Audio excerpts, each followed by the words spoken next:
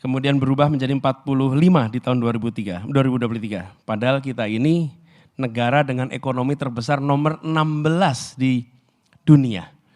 Jadi kita ini harusnya sudah berada di klubnya yang besar-besar, tidak berada di klub yang kecil. Nah, itu potret globalnya.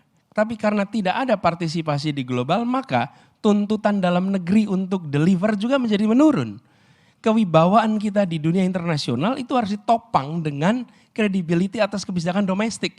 Kan tidak bisa kebijakan internasional tanpa ditopang oleh kondisi domestik yang baik.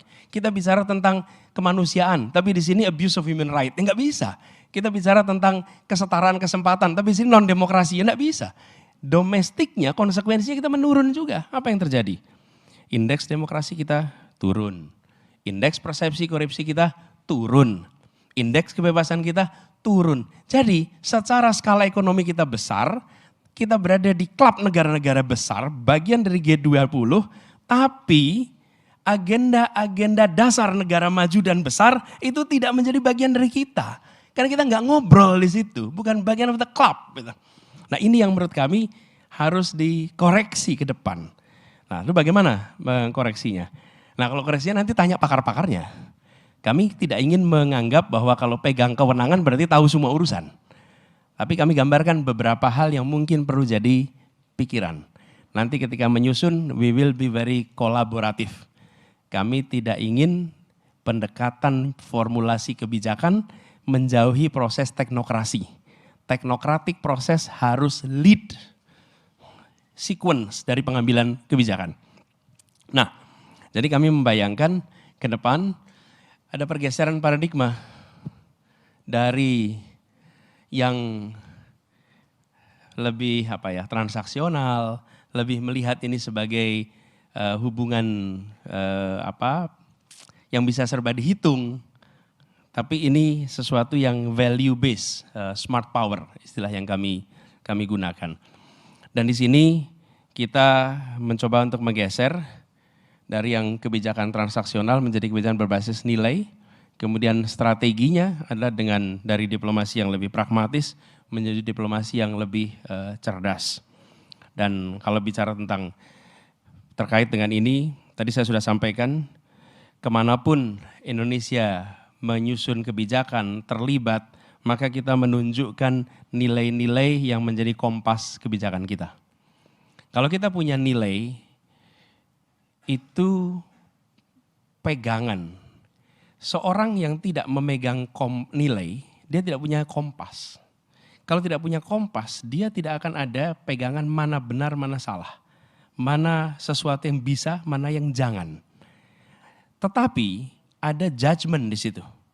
Dan judgment ini, itulah butuhnya kenapa ada kematangan. Kenapa ada leadership. Karena ada judgment. Ada masa mungkin atas situasi kita tidak bisa menjalankan persis 100% seperti nilai yang kita miliki. Tapi kalau kita punya pegangan nilai, kita bisa kembali lagi pada nilai itu. Karena kita sadar ada yang meleset. Tapi kalau kita tidak pegang nilai, maka potensinya kita melakukan kompromi lalu off dari track tanpa kita sadari. Kenapa itu menjadi penting? Nanti saya beri contoh beberapa. Lalu yang kedua terkait dengan yang pragmatis menuju kekuatan cerdas. Ini kami melihat untuk mewujudkan kebijakan luar negeri yang berbasis nilai itu diaplikasikan dengan satu, peningkatan kapabilitas, yang kedua peningkatan daya tarik. Ini dua-duanya ini dikerjakan. Dan peningkatan kapabilitas tentu saja dengan kerjasama perekonomian, kemudian kolaborasi postur pertahanan dan lain-lain. Dan daya tarik Indonesia itu dengan diplomasi kebudayaan, diplomasi pendidikan, yang membuat Indonesia ini punya daya tarik yang luar biasa. Dan ini adalah negeri yang memiliki dua kekayaan turnya nih, culture and nature. Ini dahsyat dua-dua ini kalau kemudian dia menjadi attracting factor bagi dunia untuk datang. Kalau kita mengadopsi itu, turunan kebijakan di dalam negerinya pun begitu. Tapi kalau kita tidak mengadopsi paradigma itu, sekarang sederhana aja, CSIS ini lembaga penelitian. Kalau ada peneliti dari luar negeri mau datang ke sini, rumitnya nggak kira-kira. Kecuali memiliki endurance yang luar biasa, dia pindah ke negara lain. ngurus izinnya setengah mati Pak. Ngurus izinnya. Dan itu menggambarkan apa yang kita tidak menempatkan Indonesia ini sebagai sebuah tempat yang harus punya daya tarik gitu. Bahkan kalau menurutnya agak kritis kita tutup mereka aksesnya dari sini. Ben Anderson contohnya waktu itu ya.